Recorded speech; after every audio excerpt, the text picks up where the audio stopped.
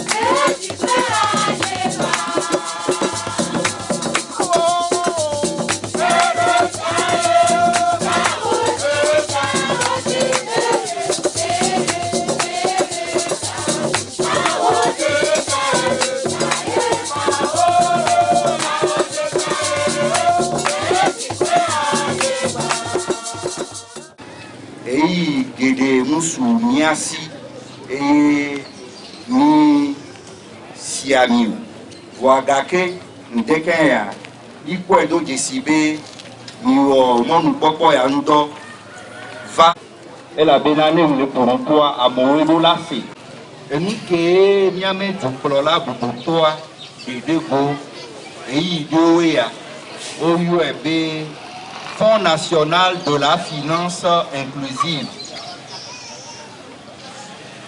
Et bien mettre du plan là pour toi et temps et gagner menu y a des go les PME ou électriquement tant que bla besoin toi dit les cara nous toi mais moi nous pas nous soumis de méthode de sia de sibemia ITP wa nenia c nous que et nous anio yenti nyame ministre abubuto wa dodobe Yento, ya nous to de sia de me. Et nous créer Fonds national à nye tout ni a pour sointi. Nema so yedi a Fonds national à enye ndeko de dego. Be wapo enyave vere bon. Enyave venye a redada menya.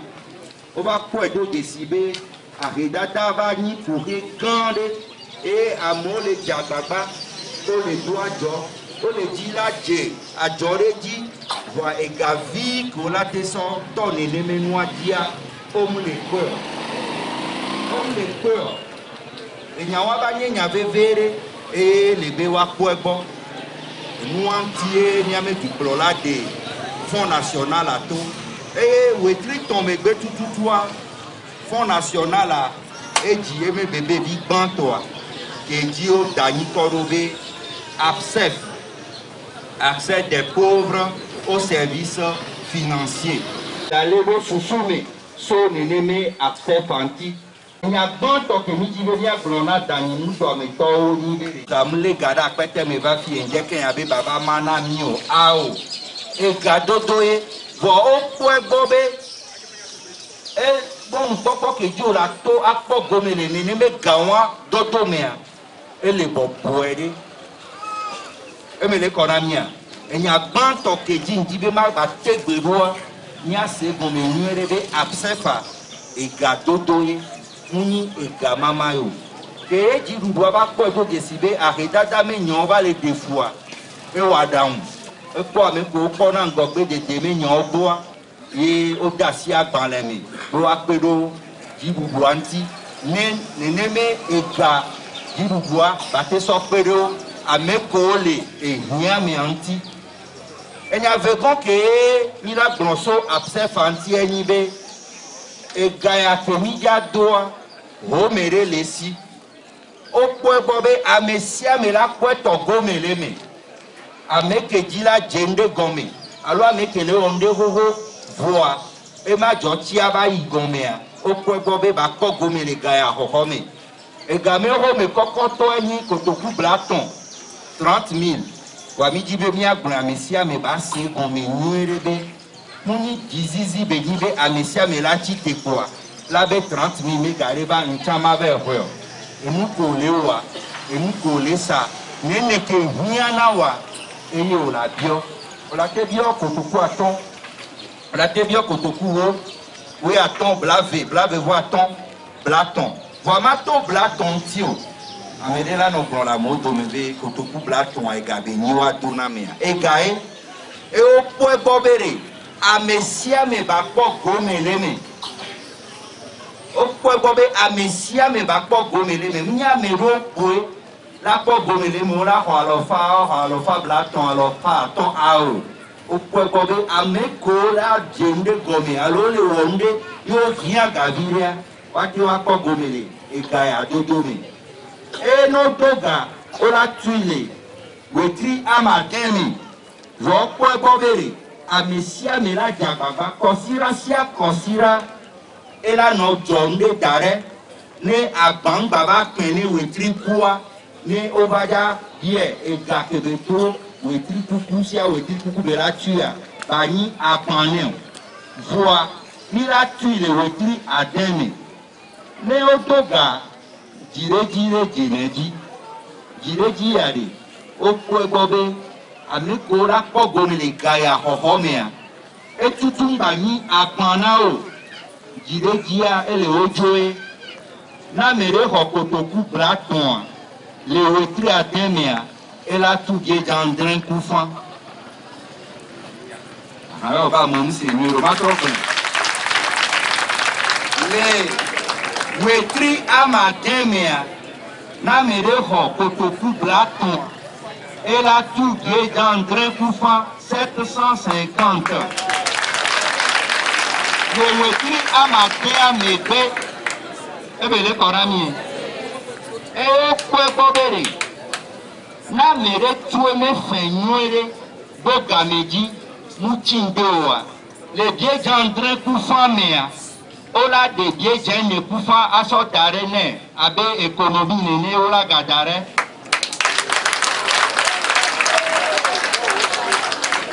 Et si on veut les vieux d'André Koufamea, Néné, Amea Touro Gadion, les prix à matin, les prix. Et l'économie, il y a ne muni fie ni le plele o nkare di be mi lese wele ona mo a jene nyae voa le o mo popo ya le mi ame ministre abubu to me pekebe na ma mi nkome ne ma plona mi be nya tepe assurance vie le nene me garanti e bohwe amere la pogonele absef me gaya homea erola tu nene me assurance a ni les cotocoupes bla tondia et des cacoufans faire mais quoi il y a des cacoufans faire na mere ho cotocoupe bla via et les gens des cas a messial te ban de terre ba do tonia ne ba so do produit de nya ke sia nya tepe e ba o do soliti d'accord tu penses que le manque carrément il n'a jamais rien. Il y a beaucoup qui est du Américain, c'est quoi? Avec le holo, avec les microfinances au bord, pour les malades, mon bébé va hors. Et ça, il veut ma mère hors. Il m'a soufflé. Des mille au village, les coussins, tout moi, j'ai le couloir. Des mille au. Il m'a soufflé d'aller. Oh. Il va quoi, tu connais avec terminé. Eh bien, tu dis, mille, tout y est plaplica. Eh, tu dis, connais. Il y a ton pote, hein? Du coup, accepte alors. Ah, oui. On va faire le premier minage pour le second. Ah bon? De quoi aller? Ma dernière gouvernante. Ni d'autres m'y enseignent qui me donnent blanc nuéré. Et nous, on est blanc. On y a maman les morts. Gâteau, toi. Ah, les bébés.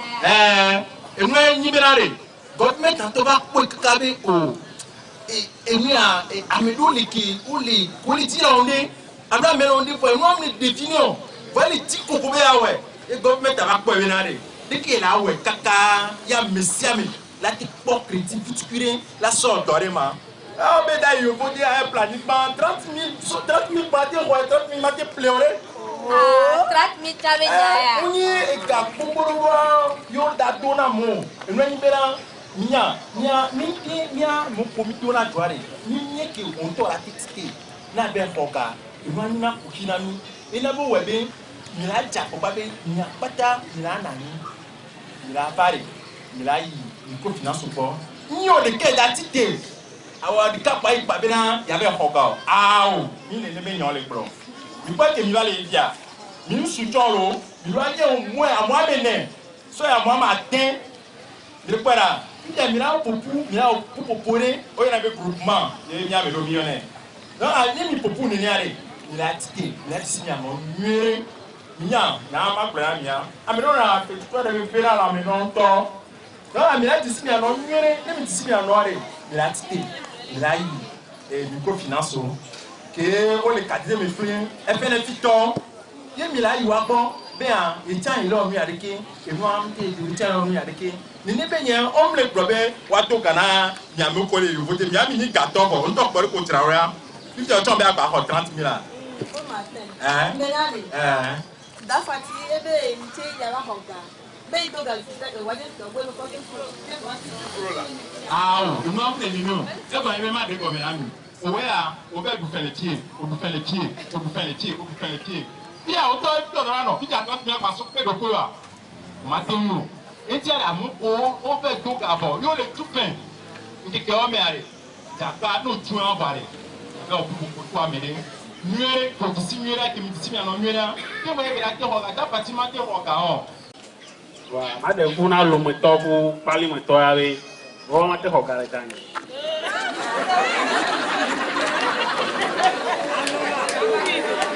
a me ke la te ho ga dia e ko nya da bi ke le dan sanantia da faut que ben le préfecture ja fonctionnaire e ga mo fonctionnaire to be nyo aro ga me lo la na ga fonctionnaire gouvernement la susu de tumianti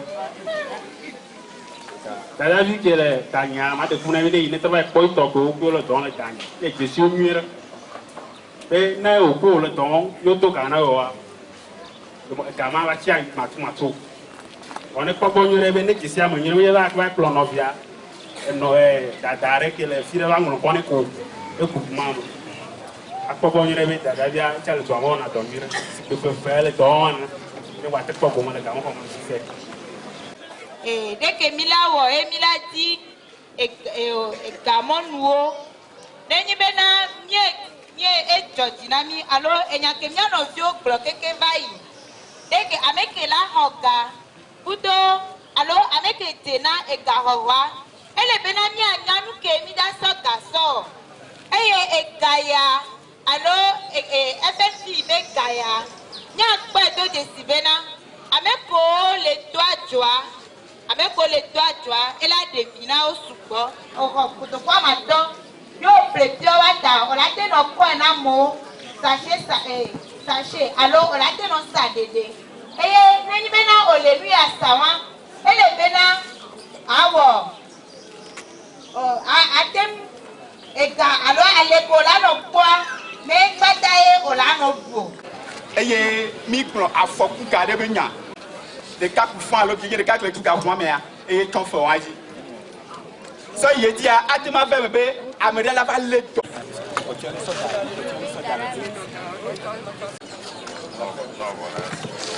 trésorière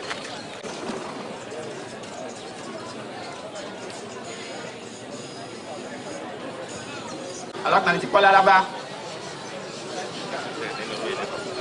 Camille veut la sort ou il y a toi sort. Ok. Yasa dad, yasa.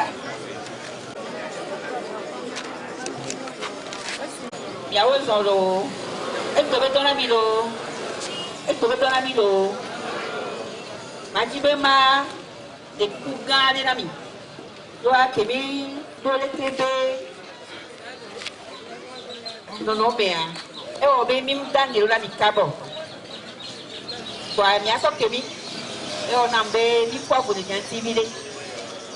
Kwa que vous va faire un peu de chef canton qui est au toit ou de miabe et chef du village au piton beaucoup de va et si on bé mimbi qui comme yolo allo et on a qui m'est appelé il faut citer les cas miabe chef de nami yem kane jibe que miabe ifiao au fafia beaucoup de wa mea au so kaira si au mon pour que mi pour on noté nous que femme kanejibe wabe du poko senyakwa doa nyako se le fia ko le grene mia no mia to ni mio keke mia te poko be le ko nyami ba mi takpe mia no nyanti ni mi ba hia mi to ya be mia ba de me chan mi de moi ti lo apena mi lo eju ejo na ma ibe mi ko finance o ne na tutu do ho et autant égard à ma chambre. Avec pour chaque fois que vous me dites que vous avez vous y amenez payer et nous avons il y a un temps avoir les motos alors la semaine on est pas mais on remet les coups. On est pour amener payer à saga ou les motos la loi simé. Ah mais où il y a des tout bois de quoi. Il y a des tout bois vous toi c'est les bois qui me noient et les doigts les topos du méfier. Là là pas dans et les problèmes avec les gens et gâteaux et gâteaux et tout coulé pour te voir à toi à mes wots il n'est pas beau on y n'en on devait y aller nous souhaitons les il y avait les pâtures il y avait tout pédio tu veux dans les poids alors on doit y aller et si on veut et dehors avec le thé avec les petits bébés au dos quoi et on a bé on soit bénéfice et là pour la c'est quoi ça mais toi il faut toi ente be nyewa lo enya te fia ta na yiku bi oto kwa ke wa ente le no be le kwe mutu kwa ile ku le no be anyi do to ano ndu nya do ye akobe ita ye so fifi ya to le ahida da mi enyawo e ti ti be ma te gelo na mi ne me ba ko enyawo ye mi le du pra vu ta ton to ma so na mi be na le mi be Togo du amèré. Mi pa no gbon ahedada we nya fuko ki o. Nke mi le yo ba ahedada. à mettre des fonds, ça pour mettre des fonds d'argent. Et pour dire, mettre du bois, mettre du salé, c'est le camoua. Il ne va mieux la redadami. Amérique est vilain donné. Et ainsi que ce qui veut la fleur, il faut qu'elle la pleure. Amérique est la redadami. Amérique est via les schools. Et il y a la fleur, il faut bien au pied. Il me fait pas de la voix. Et la redadami. Amérique est dit, il y a doga. La sorte neji.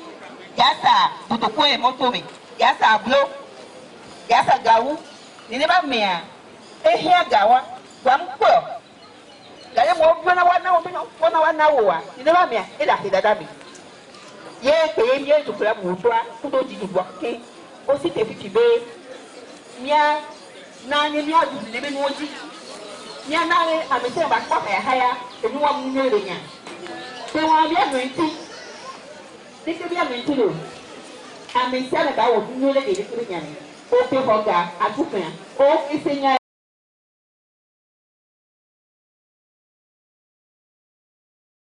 Les le nom de les retourner. Et nous faisons le bien. Il dit papa. Nous si papa mon le roi, mi matin nos pieds si à nos points, à nos plans finance peignons. Mi matin des sous-soins de ton. Toi, sous-soins, nous sommes le si papa, hunya le tukara, manona nyo. Et je vois, il y a les novices, il y a des cas, des millions de doigts, il y a des problèmes, il y a des pour la hadame, il y a des coléros. Puis, il y a tout le monde qui il y a des novices. Il y a des jania, il y a des cités. Des millions de doigts, il y a des tollés. Non, mais nous, il y a so mal pour des amis des dans ici et moi.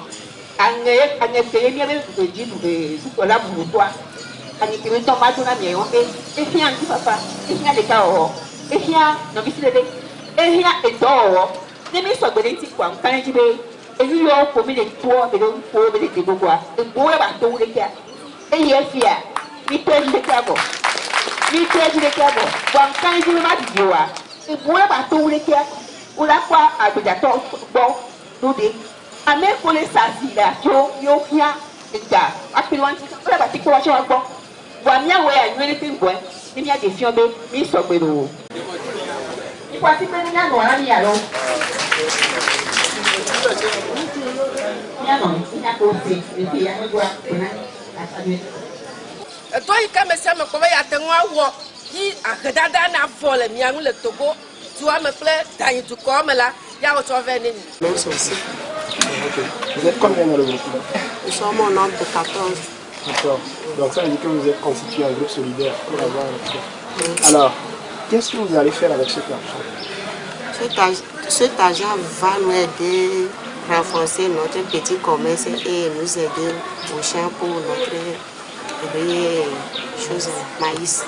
Est-ce que c'est vraiment important pour vous? Vous avez vraiment besoin de cet argent? Oui, nous sommes vraiment besoin de cet argent. Ok. Alors, comment comptez-vous rembourser? On va rembourser comme le microfinance nous a formés et nous a dit de cotiser un peu. Après la fin chaque semaine, pardon.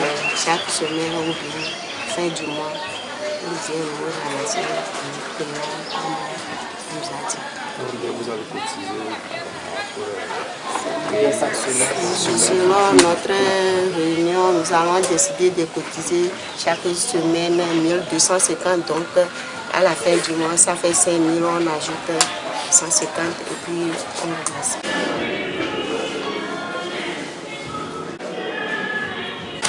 Un arrêt ici pour échanger avec les représentants des CDV qui sont ici depuis hier dans le cadre de renforcement des capacités que le ministère organise pour le développement. Hier, je devais être avec vous pour la cérémonie d'ouverture de cet atelier de formation. D'abord, on voit dans l'action, puisque vous avez commencé hier, avec le protocole aujourd'hui, depuis hier, d'être en pleine formation. Donc, je préfère vous voir dans l'action et passer un peu de temps avec vous avant de poursuivre ma mission. D'être mieux outillé pour pouvoir jouer le rôle en charge que vous êtes appelé à jouer dans les communautés de base. Le gouvernement leur confère à travers ce décret qui a été pris en Conseil des ministres un rôle et des missions assez précises, élaborer des stratégies, définir l'assainissement, à l'emploi des jeunes, à toutes sortes les problèmes éventuels, les risques de conflit qui pourraient survenir au sein de la communauté. Parce que ce que nous cherchons, c'est une certaine cohésion dans la communauté de la base. Et cet atelier se situe dans le cadre de ce plan de dynamisation des comités de développement de la base. C'est en 2011 que le décret a été pris pour institutionnaliser les comités de développement de la base, que nous appelons couramment CDB, comité de développement villageois dans les villages et comité de développement de quartier dans les quartiers. En fait, nous avons pu déceler des faiblesses dans l'organisation communautaire et nous avons pensé que ce serait bien qu'au niveau de chaque communauté, qu'il y ait une certaine organisation. Et c'est ça que nous appelons CDB. Mais ces CDB connaissent beaucoup de faiblesses dans leur fonctionnement, dans leur organisation, même dans l'animation communautaire, dans les processus de mise en place des plans d'action ou même dans la mise en œuvre des projets. Et donc nous avons mis en place un programme de restructuration des CDB sur toute l'étendue du territoire. Nous avions déjà formé 500 CDB et c'est cette formation qui se poursuit aujourd'hui. C'est dans la région des Plateaux. Il y a 6 préfectures qui sont concernées. La préfecture d'Ago, Akebou, Kloto, Wawa, Daï, Pelé, Akebou. Et ces préfectures, les CDB de ces préfectures se retrouvent ici en atelier, justement pour mieux comprendre les rôles et les missions des CDB, comment les CDB fonctionnent, comment conduire les diagnostics participatifs et mettre en place des plans d'action, et comment se passe la mobilisation communautaire, l'animation communautaire, la gestion des projets et le rôle de ces CDB justement dans tout ce processus de développement. Parce que comme vous le savez, on a aujourd'hui un développement qui se fait à partir de la base et non à partir du haut. Et les CDB sont des acteurs essentiels. C'est le moteur de développement dans les communautés. Et comment également prévenir les conflits, par exemple, entre les CDB et la chefferie traditionnelle. Et tout cela demande une clarification des rôles et des missions. Et ce que je dois dire, c'est que sur le terrain, il y a beaucoup de dynamisme que nous constatons au niveau des CDB. Beaucoup de volonté, et les gens s'organisent, ils consacrent une partie de leur temps aux activités communautaires. Et l'objectif de ces ateliers de formation, c'est de leur donner les outils nécessaires pour pouvoir mieux faire ce travail de sensibilisation, d'animation communautaire et d'élaboration de plans d'action. Parce que chaque communauté a une vision. Maintenant, il faut savoir d'où on part, où est-ce qu'on va, quelles sont les activités ou les actions essentielles qu'on peut mener pour induire un changement ou pour atteindre cet objectif qu'on a visé et cet objectif qui est collectivement partagé par la communauté, ce que nous appelons vision. Et quelles sont les stratégies. Et ces CDB sont confrontés à trois types de problèmes. D'abord, dans l'élaboration des récépissés des CDB, nous devons faire un effort pour améliorer le processus, pour que les récépissés soient donnés à temps. Le deuxième type, c'est comment financer le fonctionnement des CDB. Et à travers ces formations, il y a des échanges d'expériences. Dans certains CDB, ils ont des champs communautaires, dans d'autres, ils gèrent les latrines publiques, donc ça leur procure un peu de revenus. Mais ce qu'il faut savoir, c'est que c'est un travail d'abord bénévole. Et il y a juste un besoin de couvrir les dépenses de déplacement ou bien de communication. Et tout cela, je pense que à travers les expériences qui sont partagées avec les uns des autres, on trouve quand même le moyen de régler ce problème-là. Et le troisième problème, c'est le défi de la mobilisation. La plupart des CDB, quand ils sont formés, ils participent à la mise en place des plans de développement et ils ont de très bons plans d'action, mais ils sont confrontés à ce problème de mobilisation des ressources. Et ce que nous leur expliquons, c'est que les CDB ou bien la communauté elle-même est une grande source de développement, une grande ressource, c'est-à-dire c'est la disponibilité des uns des autres, c'est le temps qu'on y met, c'est la mobilisation, la participation communautaire, mais également il est du devoir du ministère ou bien du gouvernement d'accompagner ces CDB dans la recherche des ressources financières. C'est ce que nous faisons à travers le programme de développement communautaire